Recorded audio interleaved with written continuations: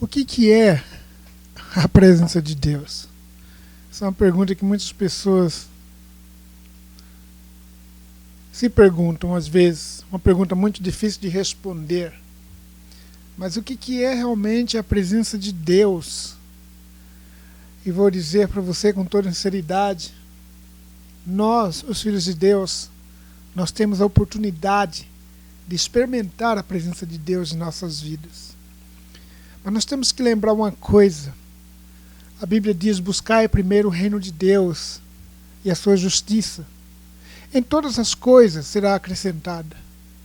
Então a presença de Deus é quando nós esquecemos de nós mesmos e nos dedicamos a Deus com todo o nosso coração para buscá-lo com toda a nossa alma, com todo o nosso ser. Eu quero repartir com você hoje essa mensagem, uma curta mensagem hoje.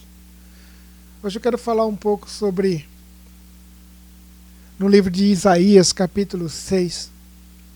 E nesse capítulo está falando, tem um versículo aqui no começo, bem no começo do capítulo, que diz: no ano em que o rei Isaías, Uzias, morreu, eu vi o Senhor assentado num trono alto e exaltado.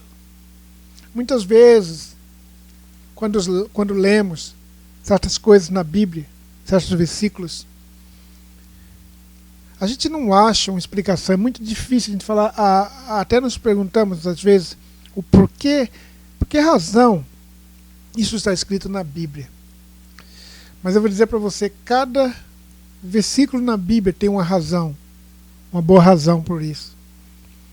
E primeiro eu quero dizer para você que o Isaías, nesse capítulo aqui, está mostrando o seu lado humano. Ele era um profeta de Deus.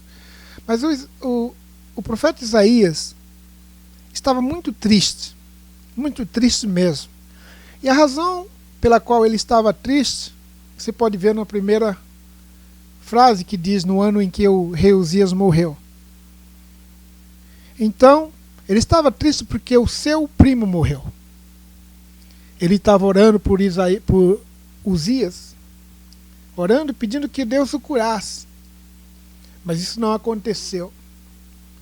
Mas se você lembra um pouco a história de Uzias, Uzias foi aquele rei muito duro e muito cheio de autoridade, que não respeitou mesmo o ofício de um profeta. Ele se levantou um dia e disse: eu vou fazer queimar incenso no templo, mas não era a sua posição, ele era um rei. E respeitando o profeta, ele disse: eu vou fazer mesmo assim. O profeta falou: não é a sua função. E ele ignorou o profeta e fez mesmo assim. Mas o profeta, cheio da presença de Deus, falou com ele que Deus iria tocá-lo com câncer, não câncer, mas lepra. E foi isso que aconteceu. Então ele estava doente, muito doente, e Isaías estava orando por ele para que Deus o curasse. E de repente ele morreu. Mas aí diz a Bíblia: no ano em que Uzias morreu, eu vi o Senhor sentado no trono, alto e exaltado. Muitas vezes, nós, o povo de Deus que estamos buscando a sua face, e queremos tanto sentir a sua presença, muitas vezes a gente se sente seco, nós sentimos num lugar vazio, e nos perguntamos: onde que está Deus? Deus disse que eu sou o mesmo ontem, hoje e para sempre.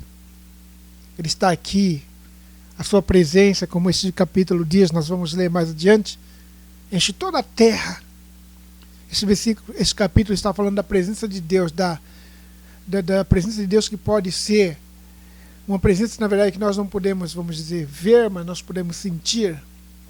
Não estou falando o Shekinah, mas eu estou falando da presença que pode ser, que nós sabemos que Deus está em toda a terra. Mas aqui fala de uma presença mais do que só essa presença que nós... É uma presença que pode ser vista. A presença que Isaías realmente testemunhou. Mas ele disse: no ano em que o rei Uzias morreu, eu vi o Senhor assentado num trono alto e exaltado, e a aba da sua veste enchia o templo. Aleluia. Acima dele estavam serafins, cada um deles tinha 6 asas, com 2 cobriam o rosto, com 2 cobriam os pés e com 2 voavam. E proclamavam uns aos outros: Santo, Santo, Santo é o Senhor dos Exércitos. A terra inteira está cheia da sua glória. Veja bem, a terra inteira está cheia da sua glória. Nós temos que reconhecer que a terra inteira está cheia da glória de Deus. Aleluia. Temos que reconhecer, como cristão, nós temos que reconhecer, porque o povo do mundo eles não reconhecem essa parte. Mas nós reconhecemos e nós sabemos que o mundo inteiro está cheio da presença de Deus, cheio da sua glória. Mas nós, como cristãos, nós podemos sentir a presença de Deus nas nossas vidas. Muitas vezes eu sinto a presença de Deus tão forte na minha vida. Hoje eu posso dizer para você, com toda sinceridade, com toda honestidade, eu não estou mentindo, não preciso, porque eu sou um filho de Deus como você é. E hoje eu sinto a presença de Deus na minha vida como eu nunca senti antes. Eu sinto a presença de Deus tão poderosa que veio para mudar alguma coisa em mim. Ele veio para mudar, corrigir certas coisas. Deus vem para corrigir, aleluia, para disciplinar. E hoje Ele está na minha vida tão forte, e eu reconheço que Ele é o Deus Todo-Poderoso, Ele é o El Shaddai, Ele é o Alfa, Ele é o Ômega, Ele é o começo e o fim. E nós temos que aceitar isso e lembrar. Mas o versículo continuando diz: ao som das suas vozes, os batentes das portas tremeram, e o templo ficou cheio de fumaça. Então gritei: ai de mim, estou perdido, pois sou um homem de lábios impuros e vivo no meio de um povo de lábios impuros. Os meus olhos viram o Rei, o Senhor dos Exércitos. Logo um dos serafins voou até mim, trazendo uma brasa viva que havia tirado do altar com uma tenaz. Com ela tocou a minha boca e disse: veja, isto tocou os seus lábios, por isso a sua culpa será removida e o seu pecado será perdoado. Aleluia! O seu pecado será perdoado. Deus é o único que pode perdoar os seus pecados. Não perca seu tempo tentar se confessar para alguém. Eu vou dizer para você: Deus é o único que pode perdoar os seus pecados. Ele não só perdoa os pecados, mas ele apaga todos os seus pecados. O livro de Miqueias, capítulo, 7, 19, diz que o Senhor tirou todos os seus pecados e jogou no lago do esquecimento. Isso é Deus que pode fazer isso. Muitas vezes nós ficamos preocupados. Eu vou dizer, a primeira coisa que nós temos que fazer é deixar essas preocupações de lado e confiar em Deus. Porque Ele falou: aqueles que confiam no Senhor são como montes de Sião que nunca se abalam, mas permanecem firmes para sempre. Confiar em Deus é uma coisa maravilhosa. E se você realmente quer sentir a presença de Deus, eu digo para você, você tem que entrar, tem que pular nesse mar. O rio está fluindo e Deus está esperando, Ele está nos chamando. Pule nesse rio e você vai sentir a presença de Deus como nunca mais. Problemas nós sempre teremos nessa terra, mas Deus falou: não tenha medo, porque eu venci o mundo. Em mim você é mais do que vencedor. Nós somos mais do que vencedor. Nós somos vencedores porque Jesus morreu por nós. Ele venceu o mal, Ele venceu a morte, Ele venceu tudo. Nós temos que entender que Ele é o nosso Deus. Vamos parar de preocupar com coisas que na verdade não têm nenhum valor.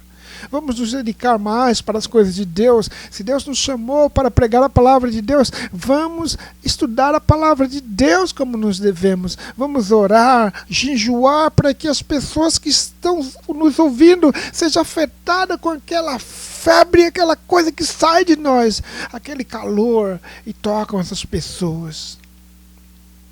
Eles precisam ser afetados com esse Espírito de Deus que está em você.